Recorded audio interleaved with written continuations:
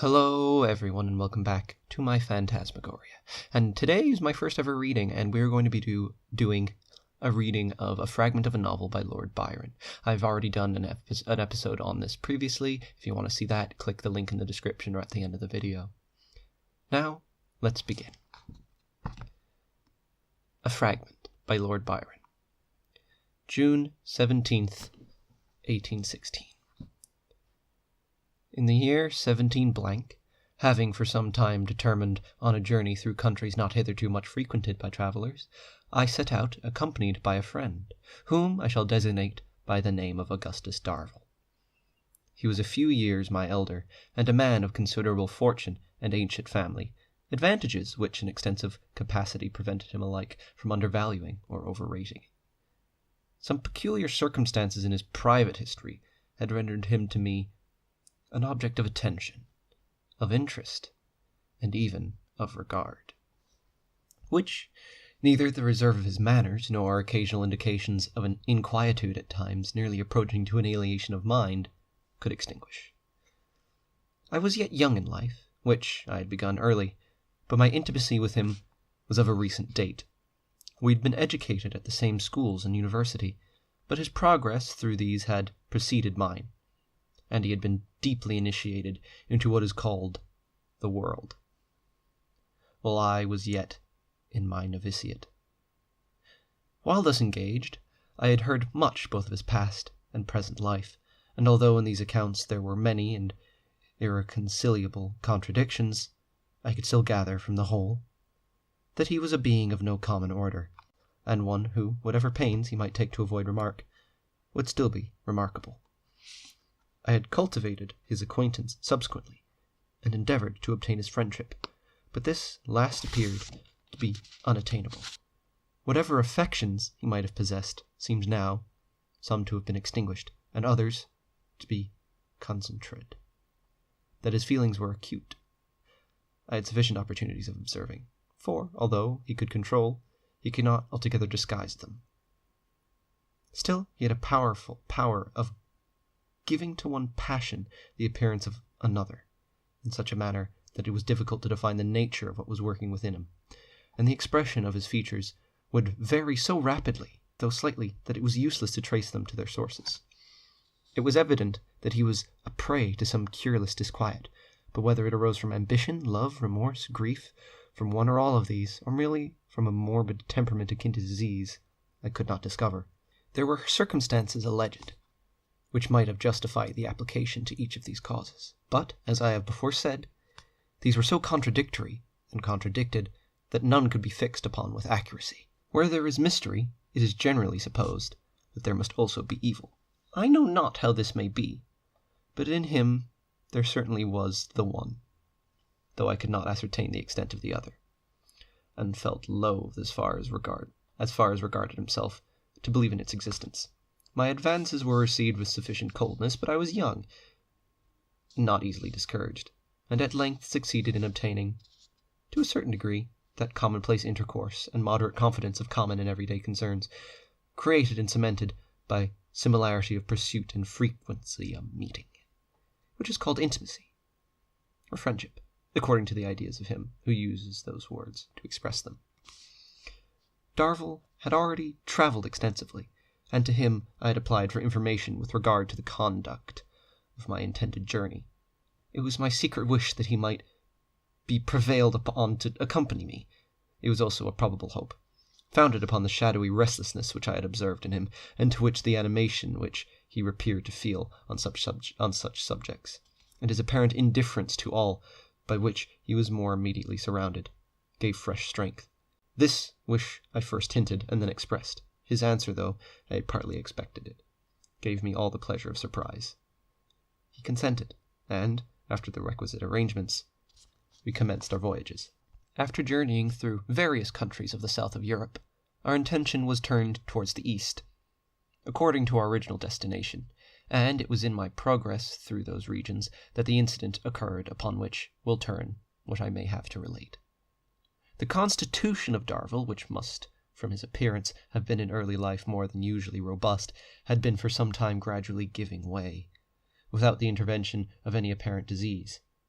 He had neither cough nor hectic, yet he became daily more enfeebled. His habits were temperate, and he neither declined nor complained of fatigue, yet he was evidently wasting away. He became more and more silent and sleepless, and at length so seriously altered that my alarm grew proportionate to what I conceived to be his danger.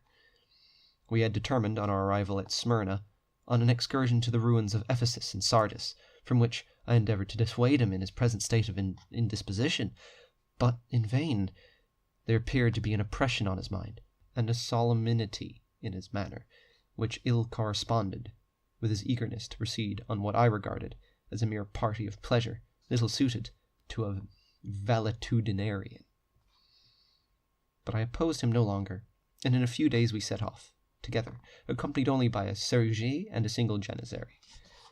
We had passed halfway towards the remains of Ephesus, leaving behind us the more fertile environs of Smyrna, and were entering upon that wild and tenantless track through marshes and defiles, which led to the few huts yet lingering over the broken columns of Diana, the roofless walls of expelled Christianity, and the still more recent but complete desolation of abandoned mosques, when the sudden and rapid illness of my companion obliged us to halt at a Turkish cemetery, the turbaned tombstones of which were the sole indication that human life had ever been a sojourner in this wilderness.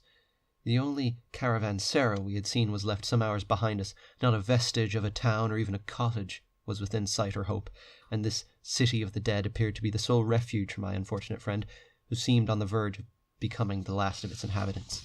In this situation, I looked round for a place where he might most conveniently repose. Contrary to the usual aspect of Mahometan burial grounds, the cypresses were in this few in number, and these thinly scattered over its extent. The tombstones were mostly fallen and worn with age. Upon one of the most considerable of these, and beneath one of the most spreading trees, Darvall supported himself in a half-reclining posture with great difficulty. He asked for water. I had some doubts of our being able to find any, and prepared to go in search for it with hesitating despondency, but he desired me to remain, and turned to Suleiman, our janizary, who stood by us smoking with great tranquillity. He said, "Suleiman, verbana su," i.e., bring some water, and went on describing the spot where it was to be found with great minuteness, at a small well for camels, a few hundred yards to the right. The janizary obeyed. I said to Darvall, How did you know this?" He replied, "From our situation, you must perceive that this place was once inhabited. I could not have been so without springs. I have also been here before." "You've been here before? How came you never to mention this to me? And what could you be doing in a place where no one would remain a moment longer than they could help it?" To this question I received no answer. In the meantime, Suleiman returned with the water, leaving the serugé and the horses at the fountain. The quenching of his thirst had the appearance of reviving him for a moment, and I conceived hopes of his being able to proceed, or at least to return, and I urged the attempt. He was silent, and appeared to be collecting his spirits for an effort to speak. He began. "This is the end of my journey and of my life. I came here to die, but I have a request to make, a command. For such my last words be. You will observe it?" "Most certainly. But have better hopes." "I have no hopes, nor wishes, but this. Conceal my death from every human being." "I hope there will be no occasion that you will recover and—" "Peace. It must be so. Promise this." "I do." "Swear it, by all that—" He here dictated an oath of great solemnity. "There is no occasion for this. I will observe your request, and to doubt me is— It cannot be helped. You must swear." I took the oath. It appeared to relieve him. He removed a seal ring from his finger on which were some Arabic characters, and presented to me. He proceeded. "On the 9th day of the month, at noon precisely— what month you please, but this must be the day— you must fling this ring into the salt springs which run into the bay of Eleusis. The day after, at the same hour, you must repair to the ruins of the temple of Ceres, and wait 1 hour." "Why?" "You will see." The 9th day of the month, you say?" "The 9th. As I observed that the present was the 9th day of the month, his countenance changed, and he paused. As he sate, evidently becoming more feeble, a stork with a snake in her beak perched upon a tombstone near us, and without devouring her prey, appeared to be steadfastly regarding us. I know not what impelled me to drive it away, but the attempt was useless. She made a few circles in the air and returned exactly to the same spot. Darville pointed to it, and smiled. He spoke. I know not whether to himself or to me, but the words were only, "'Tis well." What is well? What do you mean? No matter. You must bury me here this evening, and exactly where that bird is now perched. You know the rest of my injunctions. He then proceeded to give me several directions as to the manner in which his death might be best concealed. After these were finished, he exclaimed, "You perceive that bird?" "Certainly, and the serpent writhing in her beak. Doubtless, that there's nothing uncommon in it. It is her natural prey, but it is odd that she does not devour it." He smiled in a ghastly manner and said faintly, "It is not yet time." As he spoke, the stork flew away. My eyes followed it for a moment. It could hardly be longer than 10 might be counted. I felt Darville's weight, as it were, increased upon my shoulder, and turning to look upon his face, perceived that he was dead. I was shocked with the sudden certainty which could not be mistaken. His countenance in a few minutes became nearly black. I should have attributed so rapid a change to poison had I not been aware that he had no opportunity of receiving it unperceived. The day was declining, the body was rapidly altering, and nothing remained but to fulfill his request. With the aid of Suleiman's ataghan and my own sabre, we scooped a shallow grave upon the spot where Darville had indicated. The earth easily gave way, having already received one some Mahometan tenant. We dug as deeply as the time permitted us, and, throwing the dry earth upon all that remained of the singular being so lately departed, we cut a few sods of greener turf from the less withered soil around us, and laid them upon his sepulchre. Between astonishment and grief, I was tearless. The end. Apologies if I stumbled over a couple words there. I only read it through 3 or 4 times before saying it. More like 2 or 3.